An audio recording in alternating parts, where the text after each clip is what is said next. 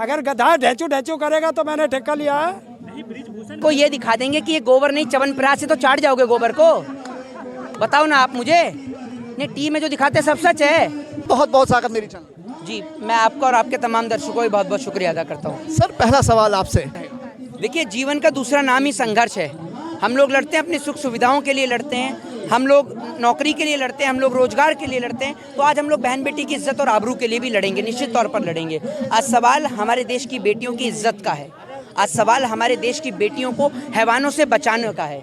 आज सवाल हमारे देश की बेटियों को भाजपा के नेताओं से बचाने का है। तो हम लोग संघर्ष करेंगे और जब तक इंसाफ और न्याय नहीं मिलेगा हम लोग संघर्ष हमारा जारी रहेगा। कल एक सवाल आया था जी, बोला कि मेडल तो 15 रुपए में मिलते हैं जी, पैसे वापस करो जो आप पे खर्च हुए हैं। ये मैं आपको बताता हूँ कि ये देश के जितने भी खिलाड़ी हैं, जितने भी पहलवान हैं, उनको अपमानित करने का काम किया है। मेडल की कीमत अगर 15 रुपये होती है तो एक जो एथलेटिक्स जो होता है, एक खिलाड़ी जो होता है, एक रेसलर जो होता है, वो लाखों रुपया लगाता है अपने शरीर के ऊपर, अपने शरीर की डाइट के ऊपर, तब जाकर वो देश का गौरव रोशन कर पाता है, तब जाकर वो गोल्ड लेकर आता है। आप उसकी कीमत 15 रुपये से अगर लगाते हैं तो इससे बड़ी शर्मसार कोई बात हो नहीं सकती। दूसरी बात मैं आपसे ये कहना चाहता हूँ कि आप एक बात मुझे बताइए, आज आपने 15 रुपये कीमत जो लगाई है, कल को जो देश के जवान जो सरहद पे अपनी जान गंवाते हैं, सरहद पर शहीद होते हैं, उनको जो सम्मानित किया जाता है, वीरता पुरस्कार से सम्मानित किया जाता है, शौर्य पुरस्कार से सम्मानित किया जाता है, आप तो कल को उनके लिए भी कह देंगे कि इस मेडल की कीमत 15 रुपये है। मेडल की कीमत नहीं है, कोई किसी को मेडल की जरूरत भी नहीं है। मेडल की जरूरत क्या है ये बताइए ना आप मुझे। जब देश का तिरंगा लहर गया विश्व में, वो सबसे बड़ा मेडल है। मेडल की जरूरत किसी को नहीं है, लेकिन वो मेडल जो आप उसकी कीमत लगा रहे हैं ना, आप तिरंगे की कीमत नहीं लगा सकते हैं। आपने मेडल के जरिए इस देश के तिरंगे की कीमत लगाने का प्रयास किया है और ऐसे व्यक्ति के ऊपर हमें शर्म आती है। ब्रजभूषण शरण सिंह, जो कि ना तो कुश्ती से उसका कोई लेना देना है, ना आज तक देश के लिए कोई भी एक गोल्ड मेडल लेकर आया। अगर 15 रुपये में गोल्ड मेडल आता है तो आपका आधे से ज़्यादा खानदान कुश्ती से जुड़ा हुआ है। 15-15 रुपये के गोल्ड मेडल क्यों नहीं मंगवा देते भैया? तू खुद क्यों नहीं लेके आ जाता गोल्ड मेडल? क्यों नहीं लेके आ जाता? तू तो 15 रुपये की बात कर रहा है, मैं तेरे को 20 रुपये देता हूँ, 50 रुपये देता हूँ, तू लेके आ जा गोल्ड मेडल। क्यों नहीं लेके आता? ये इतनी बड़ी तोंद लेकर तुम कुश्ती संघ में बैठे हुए हो, इतनी बड़ी तोंद लेकर तू 2 किलोमीटर भाग नहीं सकते और तुम बात करते हो कुश्ती में गोल्ड मेडल लेकर आने की? हैं? तेरे घर परिवार से कितने लोग हैं जो कुश्ती में गोल्ड मेडल लेकर आए हैं, जरा बताओ। हैं? बीसीसीआई, अरे भैया देश के चौकीदार तो चोर हैं। देश के चौकीदार कहते हुए विजय माल्या भाग गया, नीरव मोदी भाग गया, मेहुल चौकसी भाग गया, तो देश के चौकीदार कहाँ हैं? देश के चौकीदार के होते हुए बेटियों के साथ बलात्कार हो गया, देश के चौकीदार के होते हुए बहन बेटियों की इज्जत और आबरू लूट गई, और आप कहते हो कि देश में चौकीदार है? ये चौकीदार नहीं, कहीं ना कहीं बिकाऊ दलाल है। बात आप समझिए। कि मैंने एफआईआर करवा दिया, वहाँ जांच चल रही है। चौकीदार ने एफआईआर कराई है? चौकीदार की हिम्मत है एफआईआर कराने की? चौकीदार की अगर हिम्मत होती ना तो चौकीदार पहले अपनी पार्टी के नेता के ऊपर, जो विधानसभा में बैठकर पोर्न वीडियो देख रहा था, उसके ऊपर एफआईआर कराता। चौकीदार की हिम्मत होती तो इनकी पार्टी का बलात्कारी एमएलए कुलदीप सिंह सेंगर, उसके ऊपर एफआईआर कराता। क्यों नहीं कराई भाई? तो एक चीज बताता हूँ, धीरे धीरे सब चीज़ें होती हैं। अगर इंसाफ नहीं मिलेगा ये जंग यहाँ पर जारी रहेगी। कश्मीर से कन्याकुमारी तक हर एक व्यक्ति यहाँ पर आ रहा है, और मैं ये कहना चाहूँगा कि जिस पिता की बेटी है या कोई किसी माँ का बेटा है, उसको यहाँ आकर अपनी बहन बेटियों को समर्थन करना चाहिए। ये जो बेटियाँ यहाँ पर बैठी हैं, ये बेटियाँ किसी एक माँ की बेटी नहीं, ये पूरे देश की बेटियाँ, ये याद रखिएगा। ये किसी एक परिवार की बेटी नहीं, पूरे देश की बेटी हैं, क्योंकि इन्होंने जिस दिन भारत देश के तिरंगे को विश्व में लहराने का काम किया था, उस दिन ये पूरे देश की बेटी हो गई थी। ये बात आप याद रखिएगा। भाजपा कह रही है कि यहाँ पे सियासत हो रही है, बहुत सारी सियासी जमातें अपना दुकान। अगर भाजपा की यहाँ पर सियासत हो रही है तो सियासत भाजपा यहाँ के बंद क्यों नहीं कर देती? नरेंद्र मोदी वहाँ जामा मस्जिद पर जाके मन की बात कर लेते हैं। मोदी जी के पास इतना समय नहीं है यहाँ आकर बात कर लें देश की बहन बेटियों से। अभी यहाँ पर जंतर मंतर पर, जहाँ पर आप और हम खड़े हैं, इस जंतर मंतर पर कुछ टाइम पहले डिस्को चलता था, सिलेंडर वाला डिस्को चलता था। उस सिलेंडर वाला डिस्को आजकल बंद हो गया है। 10 रुपये सिलेंडर के दाम बढ़े थे तो यहाँ पर सिलेंडर वाला डिस्को करती थी एक आंटी। आजकल वो आंटी नज़र भी नहीं आती हैं, लेकिन वो आंटी का ऐसा है, आप उनकी बेटी के ऊपर सवाल करोगे ना, अभी उनकी बेटी के ऊपर गोवा में एक बार को लेकर उनकी बेटी के ऊपर सवाल खड़े कर दिए थे। सदन में ऐसे चिल्ला रही थी, मुझे तो ऐसा लग रहा था कि कहीं गला खराब ना हो जाए इनका, इतनी तेजी से चिल्ला रही थी। मैंने तो सोचा, मैं तो टीवी पर देख रहा था, अगर मैं पास में होता तो मैं पानी का गिलास ऐसे खोल कर कह भी देता कि जी पानी पी लो, कहीं गला ना बैठ जाए आपका। इतनी तेजी से चिल्ला रही थी, लेकिन जब इनकी बेटी की बात होती है तभी ये चिल्लाती हैं। जब देश की बेटियों की बात हो तब इनके जो गले में जो फेविकोल जम जाता है, फेविकोल मरीन ड्राइव का मजबूत जोड़ पानी में भी नहीं टूटता, वो जम जाता है, समझ रहे ना। अपोजिशन पार्टी तो भी खामोश है, वो कहाँ बात कर रही है? अपोजिशन पार्टी ऐसा क्या तुम्हें तवक्का है? अपोजिशन पार्टी अगर यहाँ पर आ जाए तो आप लोगों को तकलीफ हो जाती है, अपोजिशन पार्टी बोल दे तो आप लोगों को तकलीफ है, ना बोले आप हैं। देश सही से चलाने के लिए 2000 नोटबंदी किया। अच्छा, तो आप बताइए जरा नोटबंदी के 5 फायदे गिनाइए जरा, यहाँ खड़े होकर, आपको बहुत पता है नोटबंदी के बारे में हैं।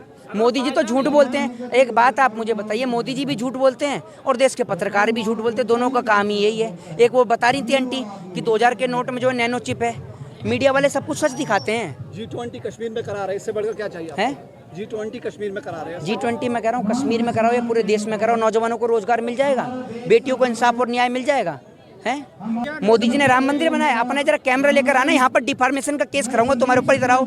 अगर मोदी जी ने राम मंदिर बनाया, आपके कहने का मतलब ये है कि मोदी जी ने सुप्रीम कोर्ट के जज को खरीदा और उसके बाद मोदी जी ने राम मंदिर बनवाया, है ना? क्योंकि मुझे तो ये पता है कि राम मंदिर कोर्ट ने बनवाया है, आप कह रहे हो मोदी जी ने बनवाया है। मोदी जी वकील थे राम मंदिर के केस में, हैं?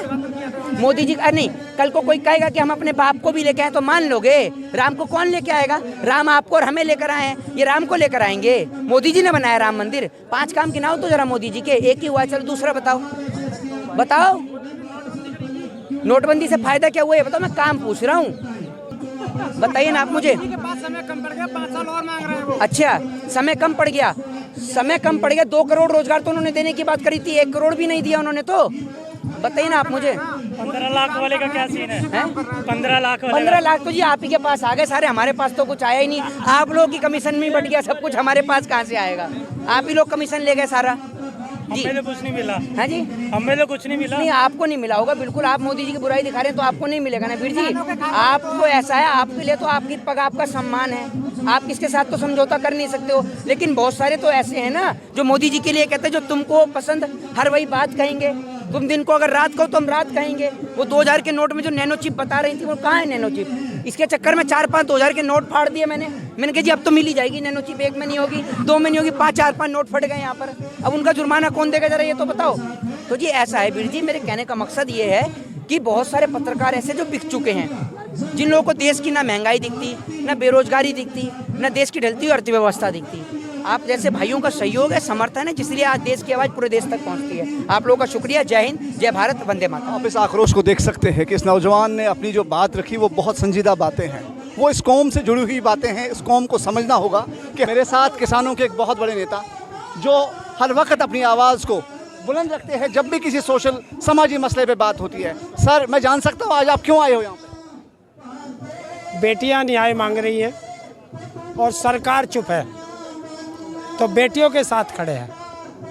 मैं जान सकता हूँ पिछले तकरीबन 26 दिनों से यहाँ बैठे हैं, क्या सरकार की तरफ से कोई पहल की गई है इस पर? अभी तो कोई पहल नहीं आई।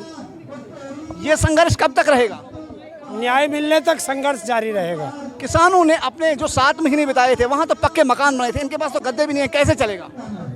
देखिए, किसान और मजदूर को महलों की आवश्यकता नहीं होती, वो मिट्टी में पैदा होते हैं और मिट्टी में ही खेलते हैं और मिट्टी में ही बड़े हो जाते हैं। मोदी की और ये बेटियां तो हमेशा मिट्टी में लड़कर ही पहलवान बने हैं। प्रधानमंत्री की खामोशी पे क्या कहेंगे? देखिए, कुछ ना कुछ, जो चोर होता है वो चुप रहता है। तो एक कहावत है, चोर की दाढ़ी में तिनका। तो इसलिए कोई गलती मोदी ने की है जो चुप है।